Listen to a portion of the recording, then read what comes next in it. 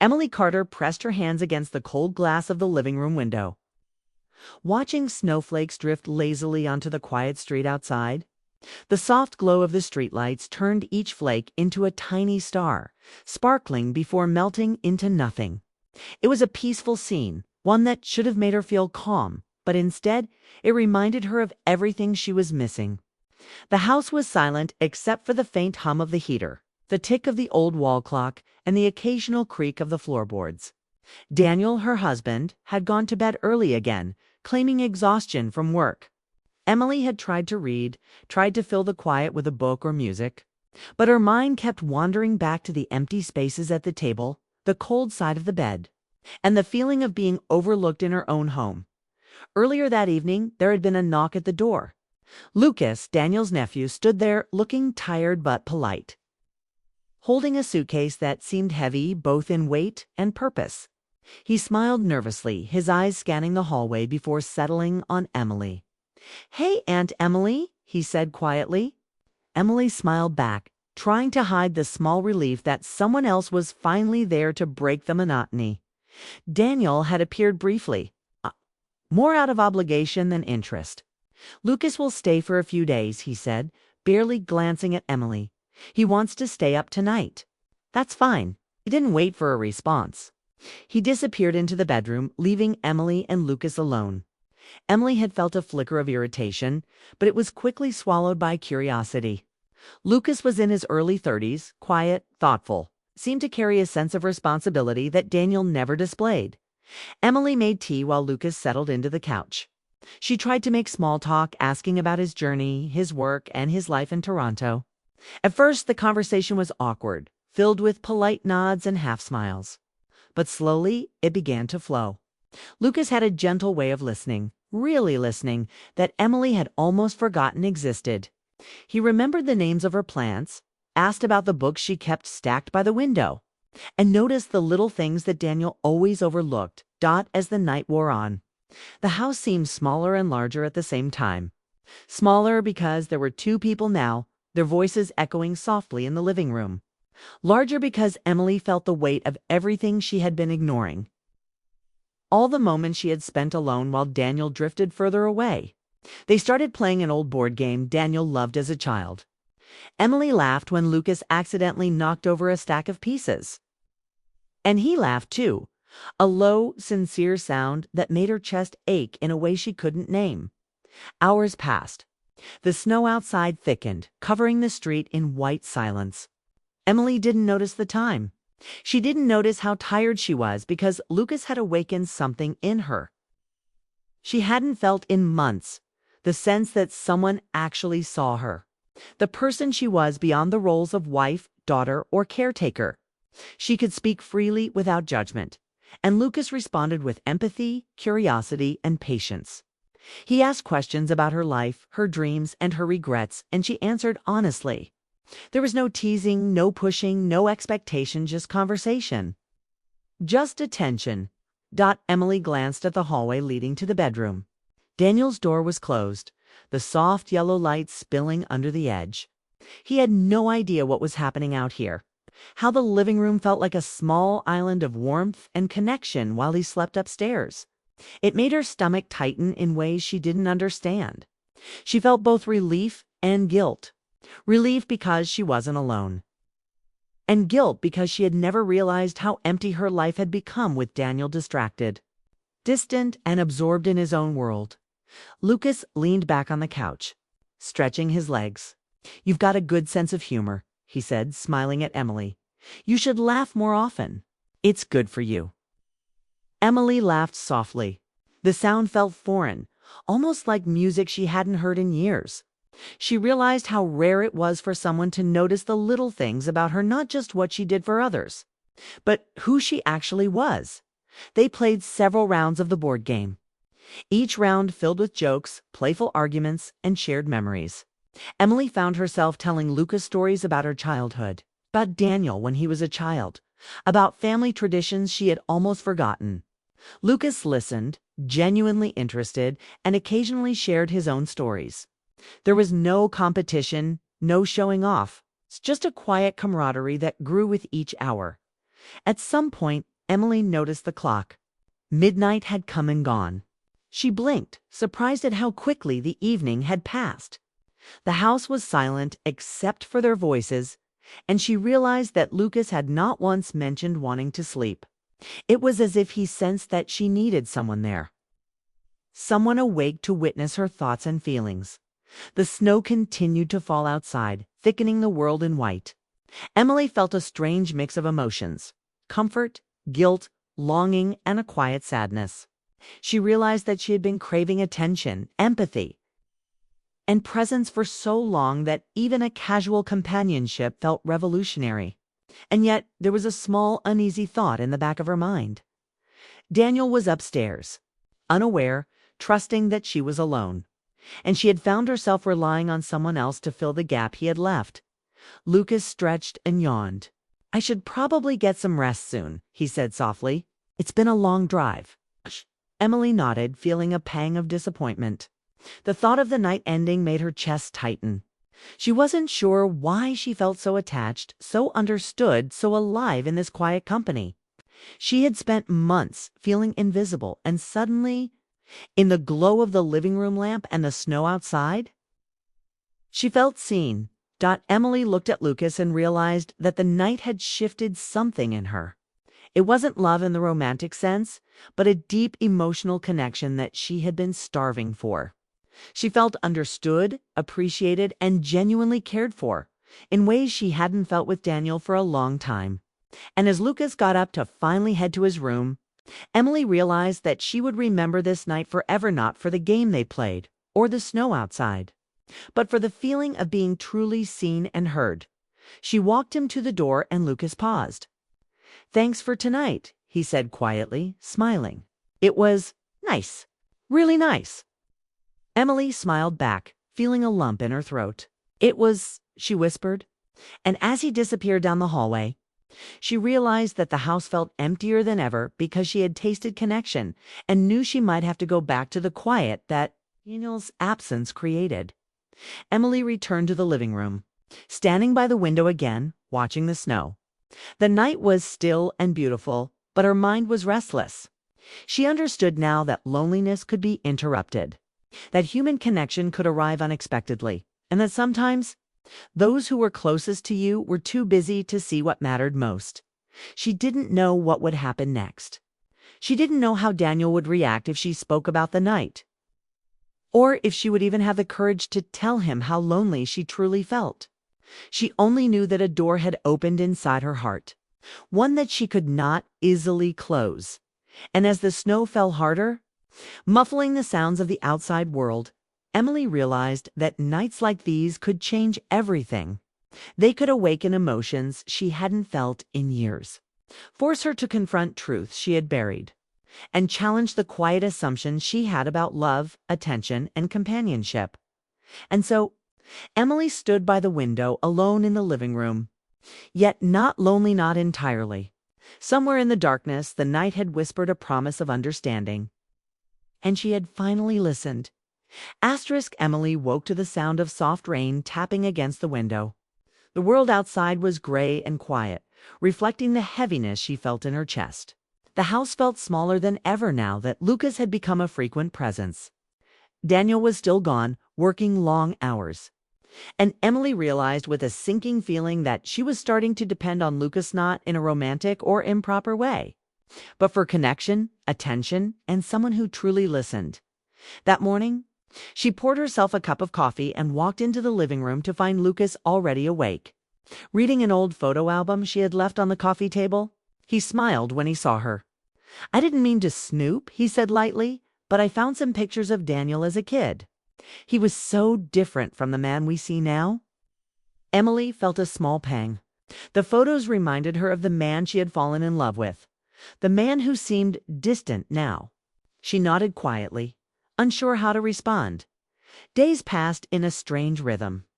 Emily would wake early, make breakfast, and then the two of them would find some way to pass the hours until Daniel came home. They cooked together, trying out recipes Daniel had abandoned years ago. They played board games again, and sometimes they simply sat in silence, talking quietly about dreams and regrets. Emily felt alive in ways she hadn't in months. Lucas laughed at her jokes, remembered small details, never made her feel invisible. Daniel, meanwhile, remained absorbed in work. He rarely asked about her day, rarely noticed when she tried to share her thoughts. He seemed to assume that the household was functioning fine, that she was fine, that everything was fine. He didn't see the cracks forming in their marriage. He didn't notice how Emily's eyes lingered a little longer on Lucas when he smiled, or how she felt a small sense of relief when he was around. Emily struggled with guilt. She had promised herself she would not let someone else fill the emotional space Daniel had abandoned. She had tried to be patient, tried to rekindle the warmth with him, but it seemed impossible when he remained distant, uninterested, and unaware. She found herself opening up to Lucas in ways she hadn't with Daniel in years. She shared childhood memories, fears about the future, and moments of loneliness she had never voiced before. Lucas listened without judgment, without distraction, without a hint of impatience. One rainy evening, as thunder rumbled softly in the distance, Emily realized that Daniel's absence had created a quiet opening in her heart. It wasn't something she could easily close. Lucas had become a confidant, someone she relied on for emotional validation, laughter, and understanding. She felt torn grateful for his presence, yet guilty for the attention she craved from someone else. Lucas noticed her hesitation. "Emily," he said gently, "you shouldn't feel guilty for talking to someone who listens. That's what people are supposed to do for each other." She smiled faintly, but inside she wrestled with a storm of emotions. She wanted Daniel to care again, wanted him to notice her. But she also couldn't ignore the comfort she felt with Lucas. The days grew into a pattern. Emily's mornings were brightened by small gestures from Lucas, helping with breakfast, suggesting music she might like, pointing out little things in the neighborhood during their short walks. Daniel rarely intervened, and when he did, it was perfunctory. He seemed satisfied that Emily had company, that she was no longer lonely. And he assumed that was enough. One evening, Emily and Lucas sat together, finishing a puzzle they had started weeks ago. Lucas placed the last piece carefully, then leaned back, smiling. "We did it," he said softly. Emily laughed, a little nervously. "It feels like we've done so much together lately," she admitted. The words escaped her before she could stop them. Lucas nodded slowly. "Yeah, it does. I think it's good to have someone you can rely on, especially when the people who should be there aren't." Emily's chest tightened.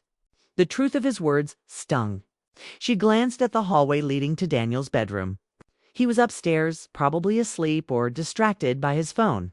He had no idea that his absence had created an emotional space she was filling elsewhere, not with romance, but with trust and understanding she had been missing for years. Emily tried to focus on the positive. Lucas wasn't Daniel, and he never tried to replace him. But the more she talked to Lucas, the more she realized how much she had been neglected. She had been lonely, invisible, and craving attention in her own home. Daniel's failure to see her, to listen, to care, had driven her to seek companionship elsewhere, even if that companionship was entirely innocent and safe. The tension built quietly, like a storm waiting behind the clouds. Emily started noticing things she hadn't before. The way Daniel barely looked at her when he spoke. The way he dismissed her concerns with a smile. The way he seemed more invested in his work than in her. She felt a mix of sadness and frustration. She loved him, yes, but love without attention, without care, without understanding, was slowly eroding her spirit. One night, Lucas and Emily stayed up late again. They talked quietly about family, about dreams they had left unfulfilled, about mistakes they had made. Emily realized she had been carrying a silent longing for years, longing for someone to truly see her. Daniel had never filled that need. Lucas did effortlessly, just by being present and listening. Emily's guilt intensified. She didn't want to rely on Lucas. She didn't want to feel that she needed someone else to make her feel alive. But every time Daniel ignored her, every time he retreated into his own world, she felt drawn to Lucas' attention. It wasn't romantic, not in the traditional sense, but it was deep, emotional, and profound. She found herself laughing more, thinking more, and even sleeping better in his presence. Then came a quiet revelation. Emily realized that her marriage, as it stood, had become a fragile structure. Daniel's neglect hadn't started overnight. It had been building for years. She had ignored it, hoped it would change, but the pattern remained. Lucas's presence had highlighted what she had been missing: care, attention, empathy, and connection. One afternoon, Emily suggested a small walk through the neighborhood. Rain had cleared, leaving the air crisp and clean. Lucas walked beside her, talking about work and memories, and Emily listened, smiling at his observations. They passed familiar streets, childhood homes, and old trees, and Emily felt a quiet peace. It was not perfect, but it was a connection she hadn't known she could have again. When they returned, Emily noticed the clock. Daniel would be home soon, and she felt a pang of anxiety. How would he react if he noticed the closeness she had developed with Lucas? Would he understand, or would he feel betrayed? She tried to dismiss the thoughts. Nothing had crossed a line.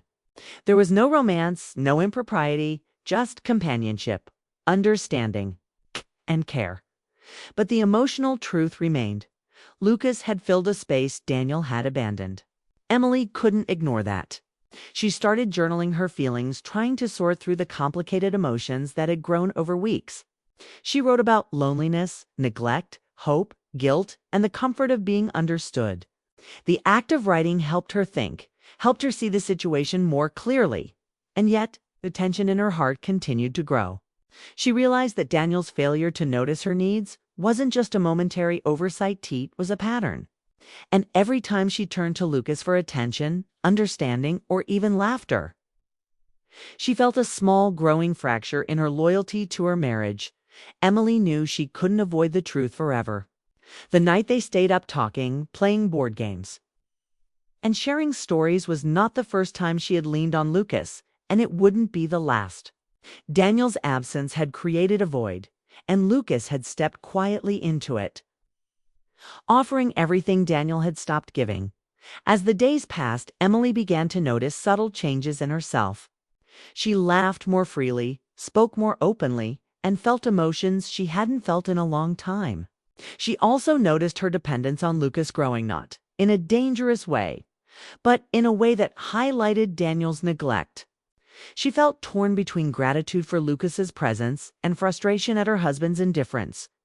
One evening, Emily returned home early from work to find Daniel sitting on the couch scrolling through his phone. He glanced at her briefly, then looked away. Emily felt a surge of sadness. She realized that Daniel's attention was no longer something she could count on. She realized that the quiet evenings, the shared stories, and the laughter with Lucas had become essential. She didn't want to betray Daniel. She couldn't ignore her own needs either. Lucas had reminded her of what it felt like to be seen, to be heard, and to be valued. She had spent years in a silent struggle, hoping her husband would notice. And now she understood that hope alone was not enough. And so, Emily made a quiet decision. She would continue to cherish the moments with Lucas, not as a replacement for her husband, but as a reminder of what human connection truly meant. She would confront Daniel one day, she knew, but for now, she needed to survive the quiet to reclaim her voice, and to feel alive again, even if it was through the safe, innocent companionship of someone who cared. By the end of the week, Emily realized something profound. Emotional neglect could be as devastating as any betrayal. And while Lucas had not crossed any boundaries, it revealed a truth she could no longer ignore. Daniel's absence had created a space in her heart that could not be filled by hope alone. She would need to face that truth eventually. But for now, she would allow herself the comfort, the laughter, and the presence that had been missing for far too long. And as Emily lay awake that night, listening to the soft rain outside and the distant hum of traffic, she understood that the cost of silence was far greater than she had imagined. The connection she felt with Lucas was innocent, safe, and meaningful, but it had shown her what had been absent in her marriage for far too long. And for the first time in months, Emily felt a flicker of hope, not for what was, but for what could be. If she had the courage to confront the truth, Emily woke to a quiet house. The sunlight saw through the curtains. The previous night had been long, filled with restless thoughts and a small, gnawing anxiety she couldn't shake. Lucas had left early that morning, heading back to Toronto after a short visit that had stretched longer than anyone had planned.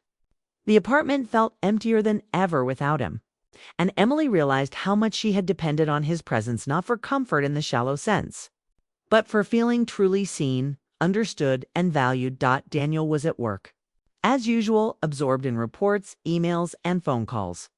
The house had grown quiet around her, but this time it wasn't peaceful. It was heavy, filled with the memories of the nights Lucas had stayed, conversations they had shared, and the laughter they had stolen from the quiet. Emily walked through the living room, her fingers brushing over the coffee table where the puzzle pieces remained half assembled. It was a silent reminder of the bond she had felt, a bond that had both comforted her and highlighted the distance between her and Daniel. She sat down with her journal, pen poised, and tried to sort through the emotions swirling inside her. The past weeks had been a revelation, painful, uplifting, confusing. She had felt alive, yet guilty. That afternoon, Emily decided it was time to confront the truth. She couldn't keep avoiding it, couldn't continue letting the absence of attention dictate her emotional life. She waited for Daniel to come home, pacing the living room, rehearsing what she would say. The words felt heavy on her tongue, as though carrying the weight of months of neglect. She knew this conversation could change everything, for better or worse. But she also knew that honesty was the only path forward. Daniel arrived later than usual, carrying his briefcase and wearing the familiar tired expression. He greeted her with a distracted smile, dropped his coat on the chair, and muttered about work. Emily felt a familiar pang of disappointment, but she steadied herself.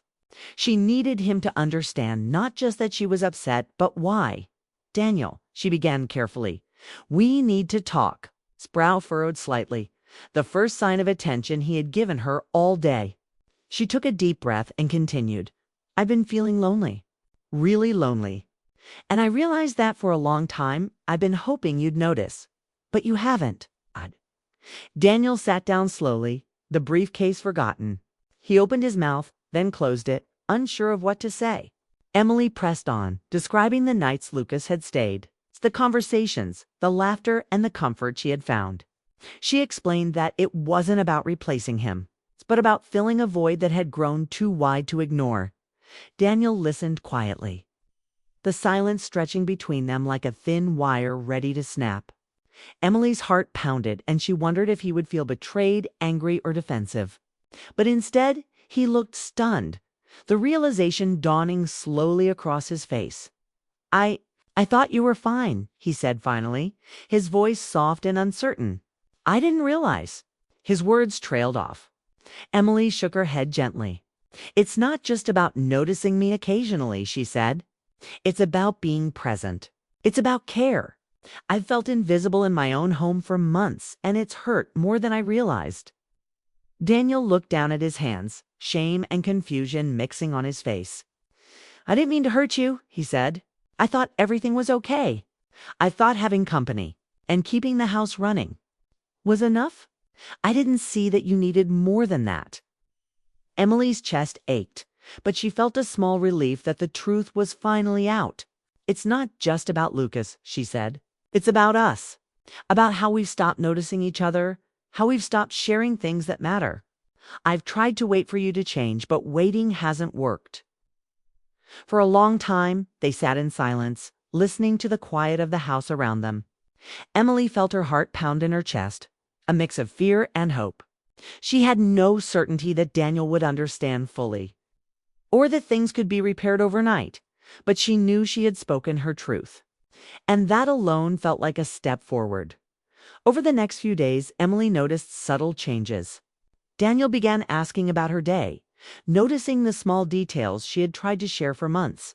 He listened with genuine interest, laughed at her stories, and made small gestures, bringing her coffee in the morning, suggesting a walk together, and even helping with chores without being asked. It wasn't instant perfection, but it was progress. Emily felt the walls of isolation she had built slowly start to crack. Lucas returned briefly. A week later to pick up a few belongings he had left behind. The reunion was polite, warm, but tinged with an unspoken understanding. He noticed the subtle changes in Emily, the renewed spark in her demeanor, and smiled quietly. "It looks like things are shifting," he said. Emily nodded, grateful for his presence in her life, even if only as a friend and confidant. After Lucas left, Emily and Daniel had their first long, uninterrupted conversation in months. They sat together in the living room, the puzzle now finished and neatly stored away. Emily told him about her fears, her regrets, and the loneliness she had carried silently. Daniel listened, really listened, for the first time in a long time. He admitted his own failings, the ways he had drifted, the moments he had neglected her. For Emily, this was a revelation. She realized that emotional neglect was not a permanent state. That awareness and effort could rebuild what had been damaged. It would take time, patience, and consistent attention, but she felt a renewed sense of hope. She saw in Daniel a willingness to change, to be present, to reconnect. As days turned into weeks, the house slowly regained warmth. Evenings were no longer silent or lonely. They cooked together, shared stories, and took walks through the neighborhood. Emily laughed freely, feeling the return of the joy she had thought lost. Daniel made conscious efforts to notice, to ask, and to engage. The bond they had taken for granted was being restored, strengthened by the honesty and vulnerability Emily had finally expressed. Emily reflected on Lucas's role in her life with gratitude and clarity. He had not caused betrayal in the conventional sense, but his presence had been a mirror, reflecting the neglect she had endured. Through him, she had understood the depth of her own needs, the gaps in her marriage, and the importance of emotional attention. She realized that the story of Lucas' visits was not one of wrongdoing, but one of awakening, a catalyst that forced her and Daniel to confront uncomfortable truths. One quiet evening, Emily and Daniel sat together by the window, watching the last snowflakes of the season fall. They held hands, a gesture that had once been automatic but had grown rare. Emily felt a sense of peace she hadn't known in months. The house was filled with warmth, laughter, and shared presence. The silence was no longer heavy but comforting. She understood now that emotional connection required constant attention, effort, and openness. It wasn't something that could be assumed or ignored. She also understood that companionship, even outside the marriage in a safe, platonic way, had been a necessary reminder of what was missing. Daniel, sensing her thoughts, squeezed her hand gently. "I'm sorry for being absent," he said quietly. "I promise I'll try to do better. I want to notice you, to be present, to be here." Emily smiled, feeling tears prick her eyes. "That's all I've ever wanted," she whispered. The days continued, each one a small step toward rebuilding trust and connection. They shared meals, laughter, and conversation. Daniel became attentive not out of obligation, but because he realized the value of presence and understanding. Emily felt seen again, valued again, and loved again, not in grand gestures, but in everyday moments that finally mattered. By the time Lucas left permanently, Emily felt a quiet gratitude. His visits had illuminated truths that could not be ignored. He had reminded her of what it meant to be understood, and he had prompted her to reclaim her voice. And while he was gone, the lessons remained. Communication, attention, and emotional presence were essential to sustaining love. Emily looked around her home one evening, noticing the warmth that had returned. The living room felt alive with memories of laughter, conversation, and shared moments. Daniel sat beside her, talking quietly about his day, asking questions and listening sincerely. The cracks in their relationship were still there, but they were healing, filled with understanding, empathy, and renewed effort. She realized that the story of those long nights, of the laughter and conversations with Lucas, was not a story of betrayal in the traditional sense. It was a story of awakening, of recognizing neglect, and of learning the value of emotional connection. It had been a turning point, one that allowed her marriage to survive, grow, and transform into something stronger. Emily finally understood that love was not just about presence. but about awareness, attention, and shared effort. She had learned the importance of speaking her truth, of acknowledging loneliness, and of demanding emotional connection. And in that understanding, she found hope, peace, and a renewed sense of belonging. The house was quiet again, but it was no longer lonely. The warmth of honesty, understanding, and shared presence filled every corner. Emily knew there would be challenges ahead, but she also knew that with effort, communication, and attention, love could be rebuilt, stronger and more resilient than ever before. And as she sat by the window that evening, holding Daniel's hand and watching the sunset paint the sky in hues of gold and pink, Emily felt a sense of quiet triumph. The nights of isolation were over, the emotional gaps were being mended, and the connection she had longed for had finally returned, rooted not in absence, but in awareness, understanding, and shared commitment.